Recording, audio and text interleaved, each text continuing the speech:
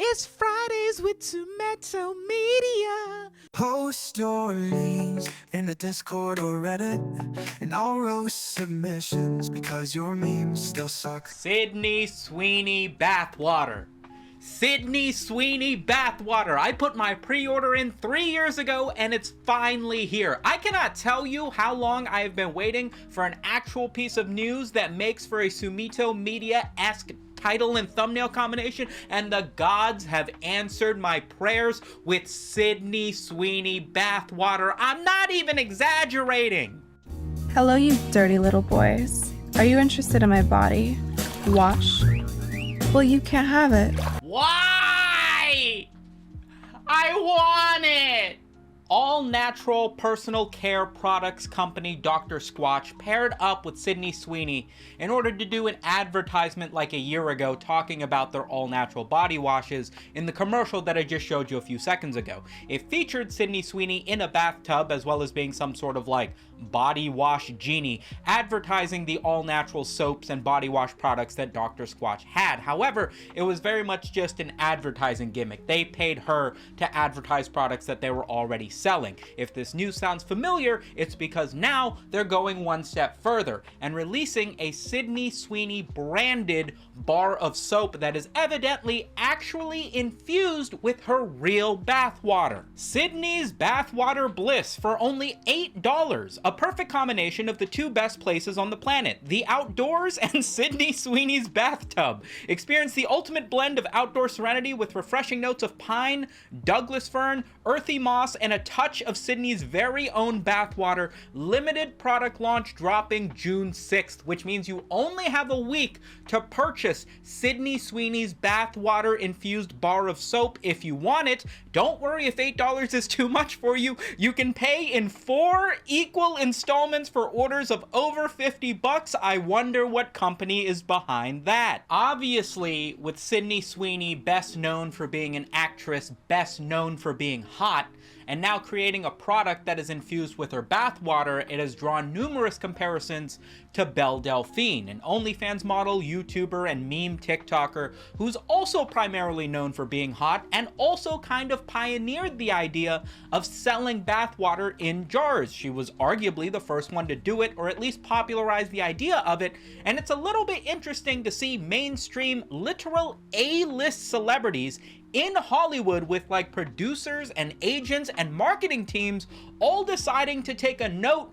from what is effectively a content creator on the internet. That's kind of interesting, right? Oh, what's that? If I keep swearing in my videos, you're gonna wash my mouth out with soap? Well, you f***ing f***. Nathan Fielder landed a plane. Nathan Fielder, best known for his deadpan comedy delivery in a show Nathan For You, has a new show on HBO Max in which he tries to eliminate uncertainty through the greatest lengths possible. Nathan Fielder is the embodiment of committing to the bit. In his latest episode, he aims to try to eliminate the uncertainty between pilots and co-pilots. In his words, evidently, a lot of aviation crashes are not due to malfunctions of the plane's hardware, but rather due to a lack of communication between pilots and co-pilots, because one person may feel that something might be wrong, but they don't speak up because they worry they aren't at the status of the pilot, and the pilot probably knows best. And so in an effort to try to highlight this and improve this situation,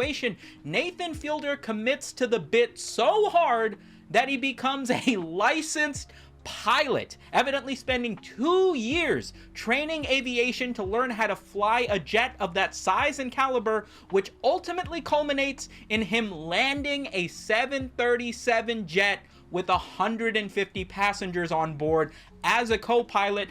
And the internet is loving it. Nathan Fielder is currently doing like a post-show press run. He's been on CNN talking about why he did what he did and his commitment to the bit and all of the things that concerned him with aviation safety, so much so that he decided to make an episode talking about it, getting his pilot's license, and then ultimately doing all of these things to raise awareness about the situation. It's all still very classic Nathan For You. Like, it's tough to have an interview with this guy with it not feeling like it's a bit, because it always feels like it's a bit, but goddamn is this a good bit. Full disclosure, I haven't watched the rehearsal, so I don't exactly know what happens. I'm getting my information off of the news articles and what have you, but it sounds like you should watch it. It wouldn't be a Friday episode without talking about a random tweet that I saw starting to go viral. One individual states, "A girl just ghosted me because I got too drunk and rode the mechanical bull 3 times on our first date." I don't know if you guys are aware of this, but riding a mechanical bull is an individual activity. This is something that you do by yourself. And if you're at a place with a mechanical bull, there are other people in line to take a turn to ride the mechanical bull. Which means this dude not only brought a girl to a bar that's got a mechanical bull on the first date, but got in line to ride this thing 3 separate times. To spend like 2 minutes getting kicked off of the mechanical. Bro was acting like he was at an amusement park with a date and just hopped in line for the ride without her every single time. That's crazy. Guys, I don't know why the girl isn't calling me back. We went to the mall and all that happened is I went to see 3 movies by myself back to back. Why won't she answer my texts?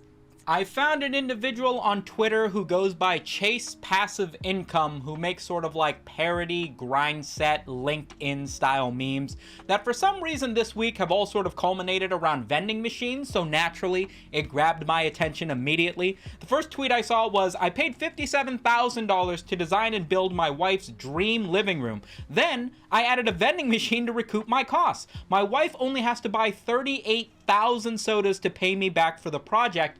Why isn't everybody doing this?" As a CEO, part of my job is letting employees go. I do this in the conference room. In a state of emotional distress, many employees buy a soda and several candy bars before leaving. Guess who owns the vending machine? Hey! A beer vending machine in a high school could pay you $9,500 a month in passive income, yet you're too afraid to try. You'll never be rich if you don't take the risk. Why isn't everybody doing this? We just got a fan mail. We just got a fan mail. We just got a fan mail. I wonder who it's from. This fan mail is brought to you by longtime supporter of the channel, Angie. I didn't know where else to put an unboxing, so we're doing it here. I meant to send this out earlier. Hopefully it will get there in time. Unfortunately, the postcard will take a little longer to finish. Sorry, congratulations to you and your wife on the marriage. Thank you, Angie. Now that's a fan mail. A Rei Ayanami figurine while I'm wearing the Rei shirt. Who could have guessed? You know me so well. Trinkets and candy. I'm sure this will be stolen by my wife immediately. Japanese Hello Kitties. These are going right on my wall as soon as this video's over. Tiny little vending machine goodies that are erasers, as well as a Hello Kitty snack box mystery crate. I will be unboxing this over on Patreon. The P.O. box is also linked down in the description always. So if you guys want to send your own fan mail, Fridays with Sumito is back, baby. Look, they got their own shelf. They look nice on the shelf. That's all the funny news I got for this episode. Thank you so much for making it to the end. Remember to subscribe so you catch my videos in your inbox. There is a subreddit and a Discord linked in the description if you want to submit your own memes and funnies that you might see in a future episode of whatever this show is called. Big thank you to the patrons scrolling in the back. $5 a month gets you a bunch of bonus content, and I will catch you guys on the next one. Peace.